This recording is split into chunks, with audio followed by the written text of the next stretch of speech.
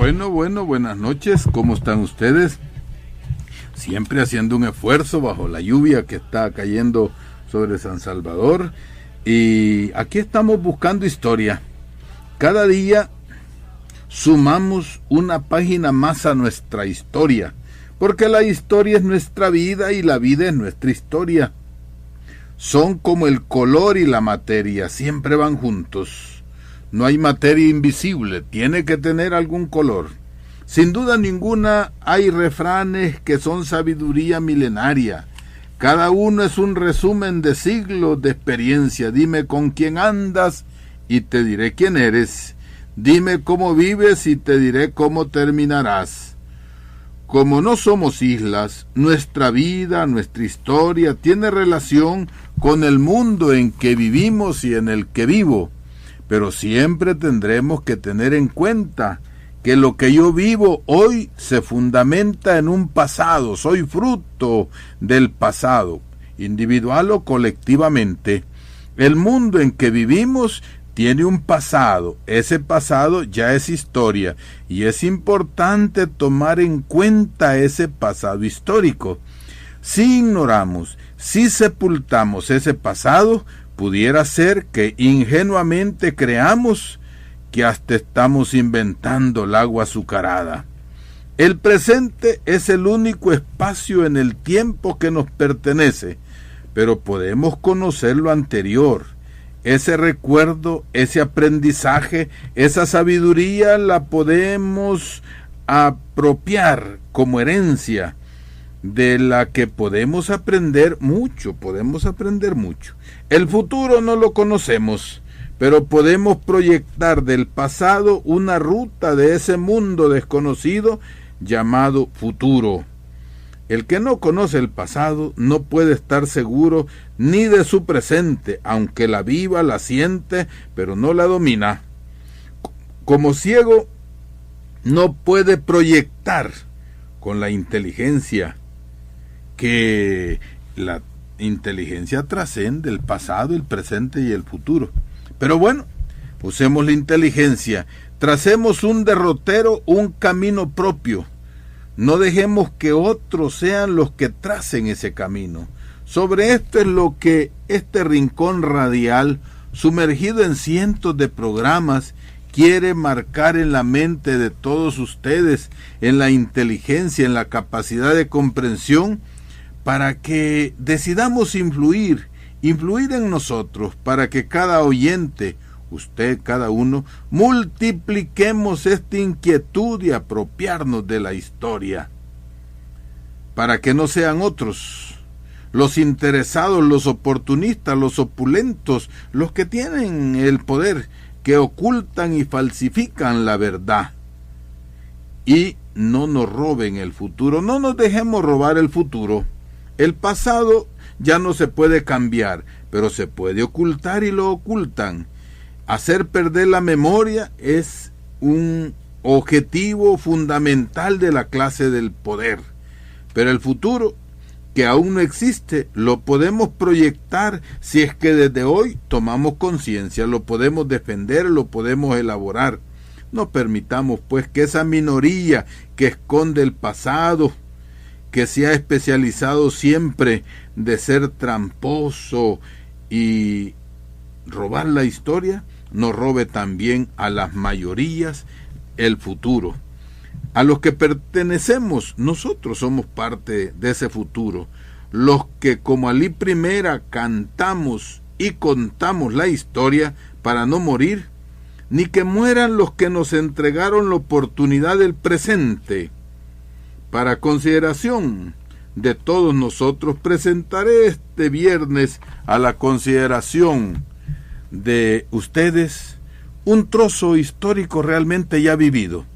Desde la caída de Martínez, porque renunció el 9 de mayo de 1944, vamos a hablar hasta el año 1960, una historia muy parecida. Es muy importante. Martínez se mantuvo con el apoyo del gobierno estadounidense. Imagínense, ahí hay una historia que hay que conocer. No voy a ahondar en eso, pero sí podemos asegurar que él no caía con todo, así como Micheletti. No caía porque estaba Estados Unidos por detrás. Hubo un levantamiento militar, lo sofocó, hasta que el pueblo hizo la huelga general. No hay que olvidar que si se votó a Martínez por traidor, por asesino, por un montón de cosas. Bueno, ¿qué pasó después de ese triunfo popular? Como que el pueblo, al no tener organización capaz, son otros los que se apoderan de esa capacidad de gobernar. Bueno, solamente también decir que ya Martínez puso la mano dura a cómo trataba a los ladrones. Y mucha gente, los ignorantes de historia, los ignorantes de conocimientos de lo que es la política y el Estado, siempre se han alegrado de que golpeen a los más débiles, porque no saben las consecuencias, no saben medir qué es la medicina y qué es la enfermedad. Bueno, ¿qué pasó entonces? Voy a tratar de dar ese resumen. Acuérdense que después de esa gran huelga general, el 7 de mayo del 44, un policía mató a un estudiante universitario que era hijo de un gringo. Entonces la embajada, viendo que ya no había remedio, le quitó el apoyo al general Martínez. El 9 de mayo del mismo año, Martínez renunció, año 44, acusando de ingratos a sus enemigos. Así son, siempre creen los tiranillos que son ingratos todos los que lo abandonan. Maximiliano Hernández Martínez se fue para Honduras, pero después del derrocamiento de este general quedó como presidente provisional, porque siempre dejan sus provisiones, Andrés Ignacio Menéndez, a quien le decían de apodo porque siempre el pueblo ha puesto apodos. Hoy se ha quitado esa costumbre, pero bueno, ya irán surgiendo apodos para identificar. A ese le decían Cemento Armado, ha de haber tenido una cara a saber cómo. Este Menéndez pensó democratizar el país y por eso convocó elecciones y apoyó la candidatura de Arturo Romero, que había fundado ya el partido Unión Demócrata. Este Arturo Romero era simpático al pueblo, siempre surgen gentes simpáticas.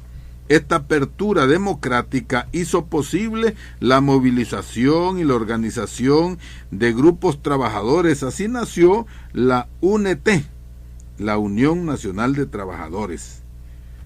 No tenía ese. Esta organización se hizo muy fuerte. ¿Por qué? Porque el pueblo cuando quiere es fuerte, pero a veces se confía, no proyecta, por no conocer el pasado, no proyecta al futuro. Los ricos de entonces se opusieron a la UNT y por eso se unieron alrededor del general Castaneda Castro y del Partido Agrario, así se llamó, eran dueños de la tierra, pues pusieron un partido agrario. Tomemos en cuenta siempre el nombre de que le ponen los poderosos a sus organizaciones. Y así lucharon contra la UNT y contra los seguidores de Arturo Romero.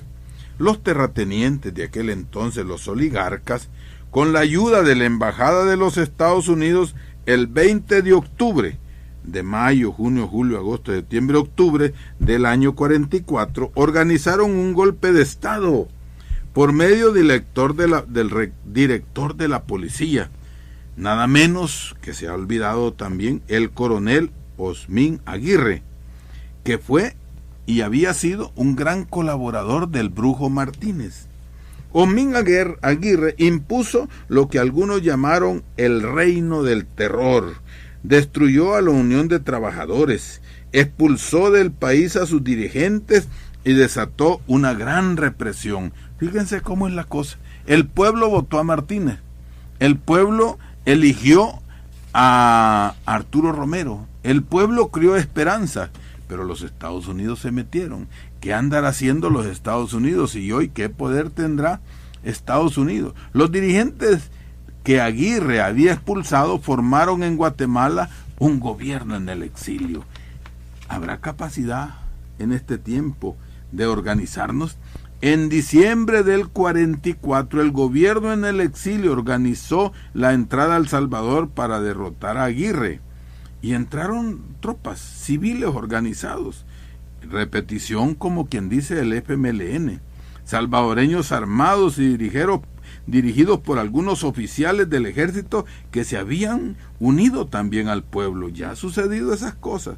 Ocuparon una buena parte de la zona occidental, incluyendo, se tomaron la ciudad de Aguachapán. Tomen en cuenta, no crean que en este país no han habido escaramuzas.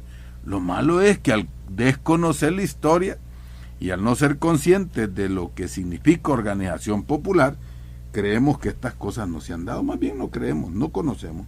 El movimiento fracasó, pues fueron derrotados por el ejército del gobierno, que contaba con más gente y con más armas gringas.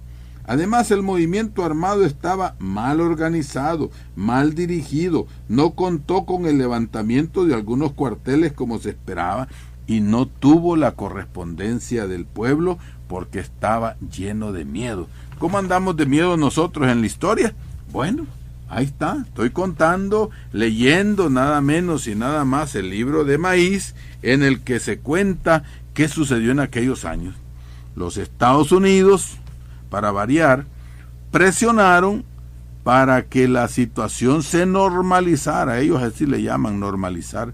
Entonces Aguirre organizó un proceso electoral amañado, del cual sale impuesto como presidente otro generalote, Castaneda Castro, fiel defensor de los intereses de los terratenientes de entonces, de los oligarcas de entonces y, por supuesto, muy fiel a las políticas estadounidenses. Este gobierno, igual que los gobiernos anteriores, reprimió todo intento de organización popular. A pesar de esto, en el año 47, óiganlo bien, se organizó el Comité de Reorganización Obrero Sindical.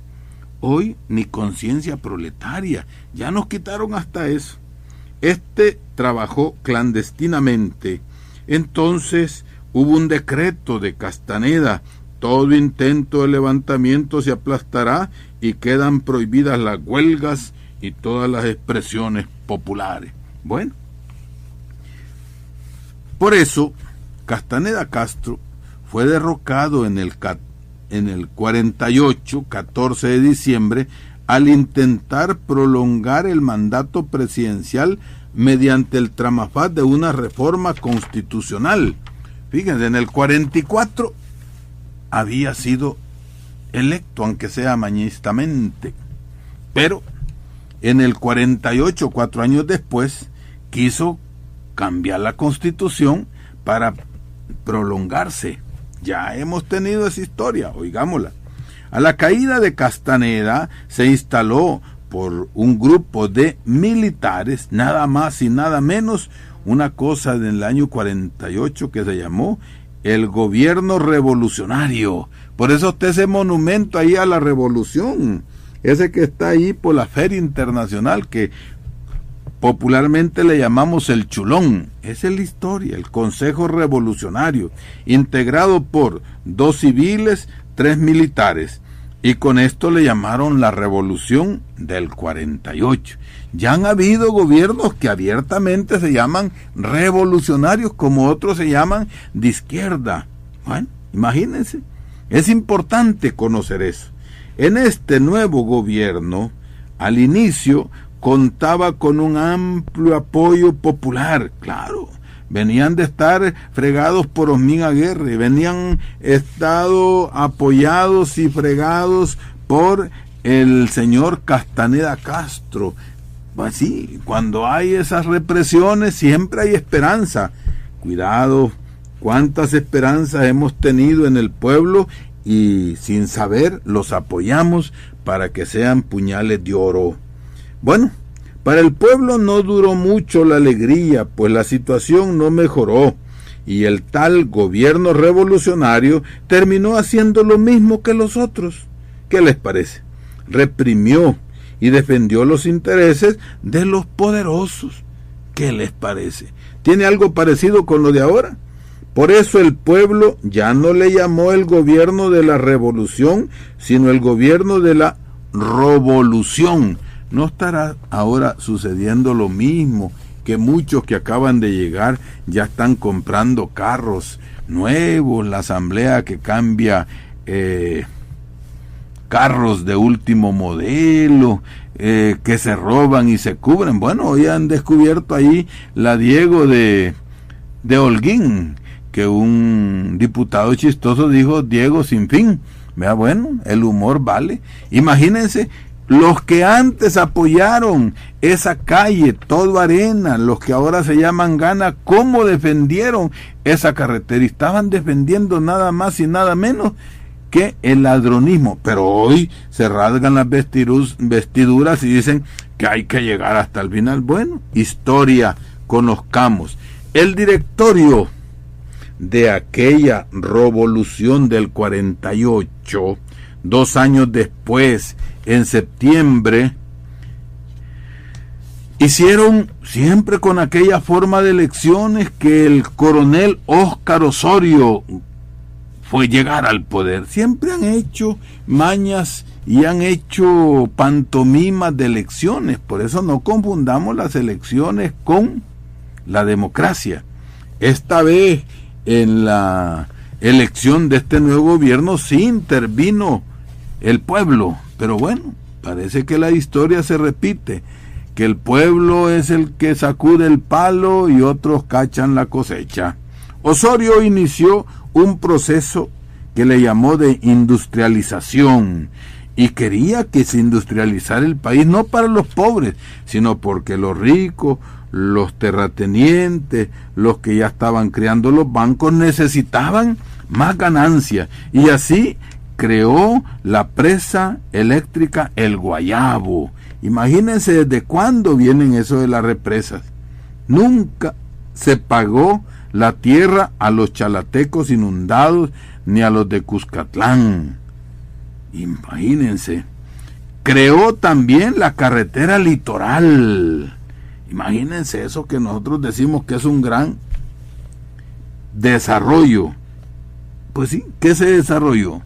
Para que los muchachos fueran a cortar caña, a sembrar algodón. Ese es el desarrollo que le llega al pueblo.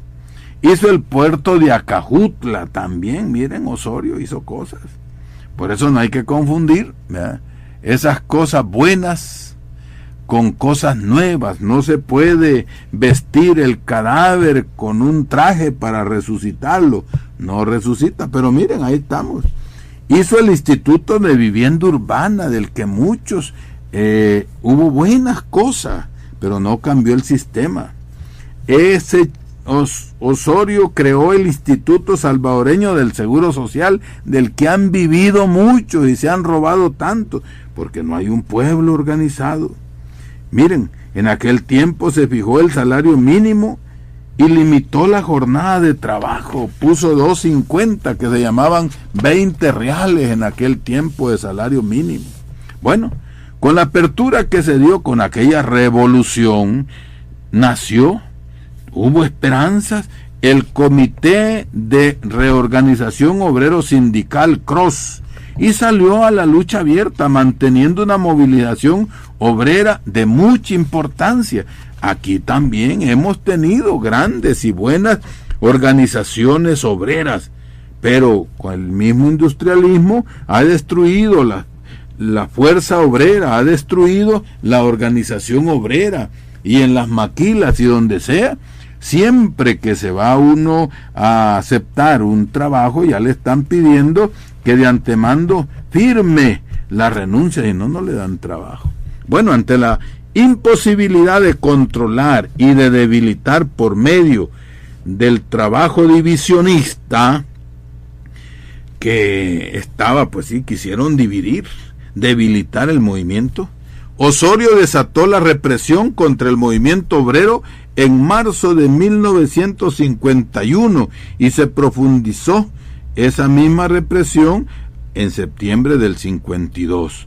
Muchos dirigentes fueron exilados, también estudiantes, políticos, importantes. En ese tiempo la jerarquía católica con Monseñor Luis Chávez y González estaba muy a favor, porque siempre se ponía como cortina el comunismo. El Comité de Reorganización Obrero Sindical fue reprimido, prohibido, destruido. Muchos sectores y estudiantes fueron capturados, torturados y asesinados. Sin duda que los mayores que me están oyendo recuerdan esto, y los jóvenes que me están oyendo ni sabíamos de esto. Pero el movimiento obrero siguió luchando en el Comité Pro Defensa de los Derechos Laborales. Bueno, después de Osorio se pasaron la pelota a los militares y le vino otro militar, el coronel José María Lemus. Le decían Chema y otros. Unos dicen que era hondureño este Chema Lemus, otros dicen que era salvadoreño. Aquí hemos tenido toda una situación centroamericanista. Bueno, Lemus, como todos los que llegan a la silla presidencial, prometió muchas cosas, permitió el regreso de los exiliados. Siempre se ponen duros blanditos para, dicen, con la manteca de garrobo para engañar a los bobos. En 1957 nació la Confederación General de Trabajadores del Salvador, la CGTS. Ya hemos tenido confederaciones, ha habido una lucha. ¿Y hoy qué está pasando, pueblo? Si tuviéramos, aunque sea un poquitito de aquello, otro gallo cantar en este corral.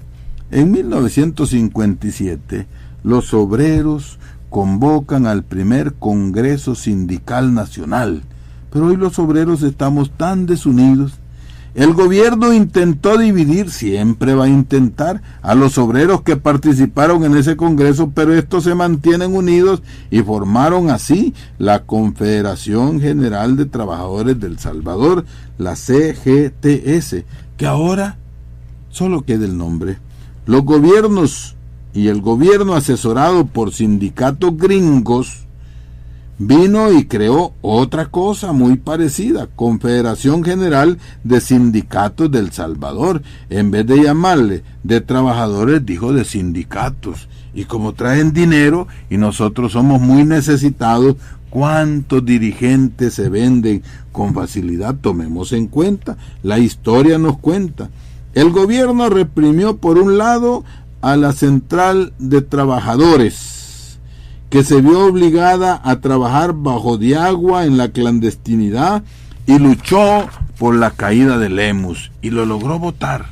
Chema Lemus fue derrocado el 26 de septiembre de 1960 y otra vez el control del gobierno lo tomó lo que se llamó la Junta Cívico-Militar, que contaba otra vez con gente honesta, con gente progresista, muy buena, pero hasta cierto punto, que no entiende lo que es la lucha de clases, sino que pretenden dar, como dice, hacer cambios para impedir verdaderamente la justicia y la verdad.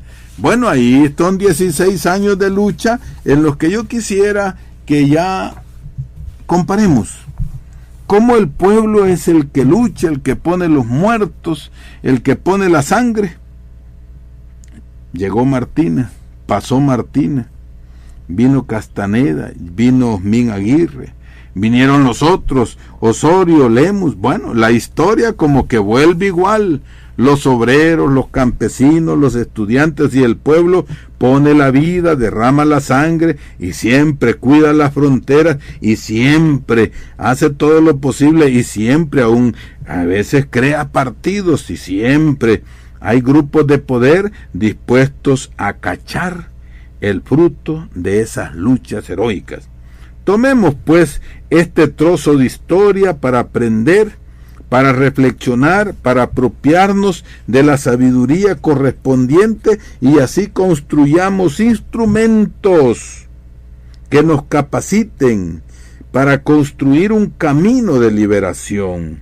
Han habido obreros valientes, la lucha es grande, pero como que está oculta y nos han querido hacer sentir que somos un pueblo conformista, buenos para trabajar, como machos de carga, porque somos machos, somos muchos y machos. Pero nos han opacado el seso. ¿Cuántos de nosotros, por no conocer ese pasado, creyendo que hacemos cosas nuevas, caemos en los mismos errores cometidos en el pasado, en apoyar a los que nos levantan la esperanza, pero que no están dispuestos a hacer nada?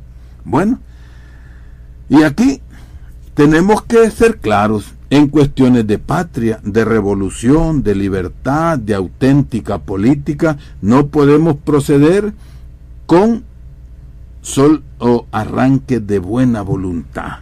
La experiencia dice que debe ser tomada en cuenta la ciencia, tiene que ser tomada en cuenta la historia, debe ser conocido el momento en que estamos padeciendo. Es bueno tomar el conocimiento para no repetir caminos ya caminados.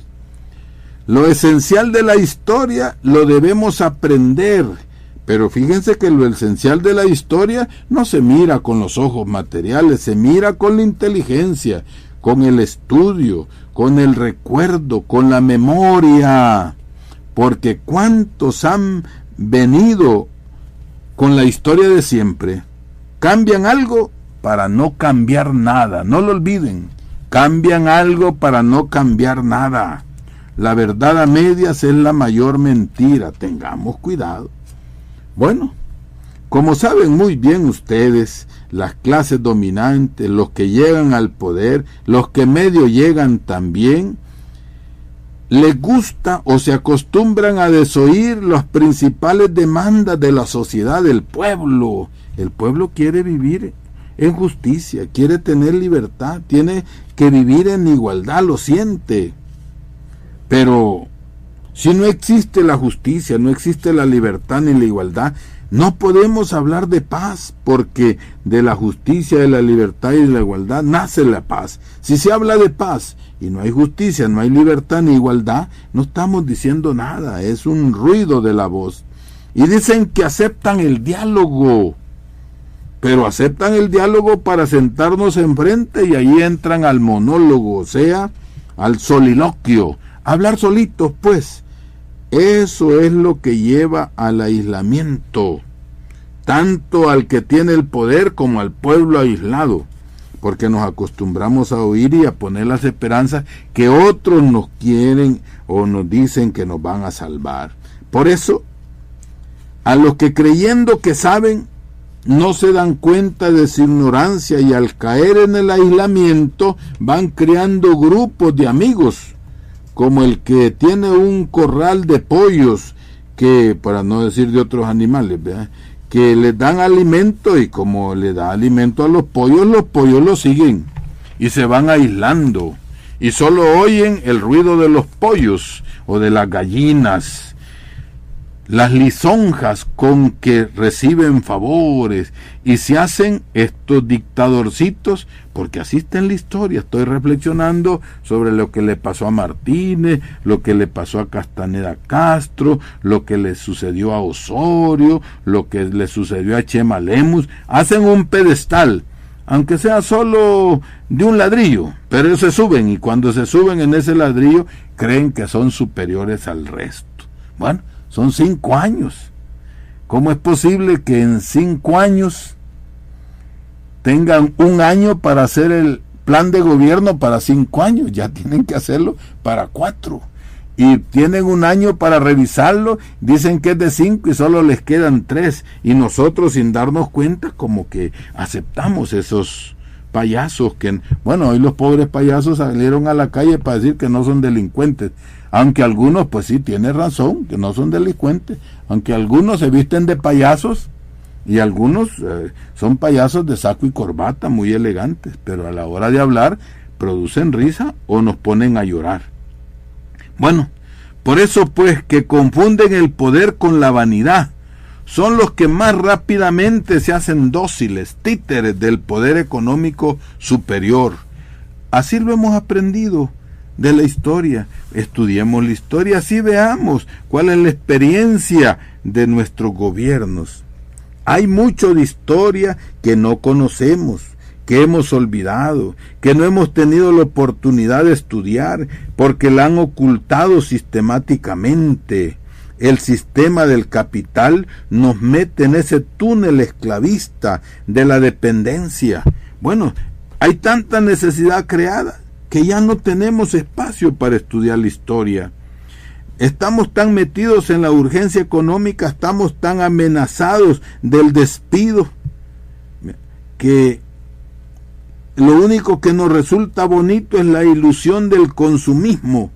Y de ahí volvemos con el refrán que nos refleja la vida del pueblo. Camarón que se duerme, se lo lleva la corriente.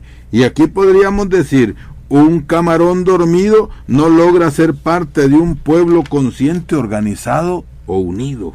Bueno, ¿qué podríamos decir?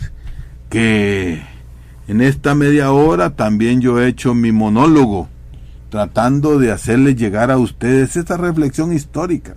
Ya el tiempo se nos está acabando, pero queremos invitarles para mañana, allá en Zacatecoluca, en la catedral, el obispo, los sacerdotes, las parroquias y el pueblo nonualco se va a reunir mañana sábado para, después de la misa, caminar hasta San Juan Nonualco y allí conmemorar o recordar el asesinato del padre Cosme. Y el domingo, también que lo hemos estado diciendo, el domingo 13, a las 9 de la mañana, como es la misa tradicional del pueblo, y después habrá frente a la iglesia el acto cultural. Esperamos vernos mañana por allí y pasado mañana, pero también mañana, sábado 12, va para ustedes, amigos, para los desempleados, para los que estamos medio en la esperanza del cambio. Mañana a las 8:30 nos debemos reunir en la Plaza Divino Salvador del Mundo y caminar ahí hasta la Plaza Cívica, allá en el centro, frente a Catedral. Es una manifestación mañana, es una expresión popular para señalar los incumplimientos sociales, económicos, políticos prometidos y que hoy estamos defraudados. Ya dijimos que no íbamos a caminar para Casa Presidencial porque ya el camino para Casa Presidencial parece la calle del cementerio, donde se van a enterrar todas las cartas, todas las peticiones, y allí como que es la ciudad de los sordos. Bueno, mañana pues todos a las 8 o 9 de la mañana nos reunimos frente al Divino Salvador del Mundo, allí en la Plaza de las Américas, y hay que ir a ver porque la van a encementar. Bueno, a exigir lo propuesto y prometido, que es obligación. Adelante, ¿quién nos habla? Hola. Se cortó la llamada. Bueno, amigos, también quisiéramos hablar de historia, de la historia de la economía de este país, donde siempre nos han querido engatusar. Primero, que hay que cambiar los gobiernos, pero los gobiernos no deben de cambiar, porque todo debe de seguir igual, si no, se arruina la economía. ¿La economía de quién? Si el pueblo ya tiene la economía quebrada. Cuando hablan de economía de este país, no hablan del salario de los obreros. Cuando hablan de economía de este país, no hablan de la necesidad que hay de que hay un seguro social que dé salud, que dé educación, ¿no? Aquí cuando hablan de economía nos tiran zapatillos, uniformes nuevos, pero no nos cambian el sistema educativo. Bueno, cuando hablan de economía de este país no hablan de que van a desalojar allá con la presa del Chaparral, no hablan de que va a haber electricidad. Imagínense. Bueno, les voy a enumerar los 9 proyectos de muerte que están planteados aquí por obligación, porque el Tratado de Libre Comercio con Estados Unidos y hoy que han firmado otro acuerdo de asociación con Europa, tenemos nada más y nada menos, para comenzar, la construcción de las represas. Dicen porque es obligatorio vender electricidad. Después, tenemos que las grandes fábricas tiran sin ningún tratamiento todos los desechos industriales a los ríos, empezando por el Acelguate y siguiendo por el Jiboa y siguiendo por todos. Después tenemos la amenaza de la explotación de la minería metálica. Después tenemos la amenaza de la privatización del agua. Tenemos también planteado todo el problema de la basura, de los rellenos sanitarios, que de sanitarios no tienen nada. ¡Qué terrible! La comercialización y consumo de los productos transgénicos, regalando semilla, y muchos que no son campesinos la reciben, la lavan y se la comen y no se dan cuenta que eso es veneno. Estamos amenazados por el cultivo de tempate, de caña de azúcar y de maíz, no para comer, sino para producir biodiesel para las máquinas. Estamos amenazados con la carretera longitudinal del norte que va a destruir este país, un cinturón de calor de 279 kilómetros por 60 metros de ancho, 50, y que adelante la llamadita. Tenemos la industria telefónica. Bueno, podemos hablar de todos proyectos de muerte. Adelante, ¿quién habla y desde dónde? Bueno, parece que tiene mal el teléfono el hermano. Bueno, ya el tiempo se nos pasó. Comenzamos tarde, pero bueno, tuvimos la oportunidad de contar esa parte de la historia. Y les vamos a dedicar a ustedes una canción que le dedicó Quilapayún a don Pinochet. Ahí nos despedimos. Gracias. Bueno, cuidado, ¿verdad? Hoy ya se acabaron las penas. Ya no va a haber hambre, ya no van a haber deudas, ya no va a haber subsidio, porque tenemos el mundial. Hoy vamos a comer pelota todos los días. Cuidadito, es una manera de domesticar. La alegría también nos puede confundir y llevarnos a un peor consumismo del que tenemos. Ahí va.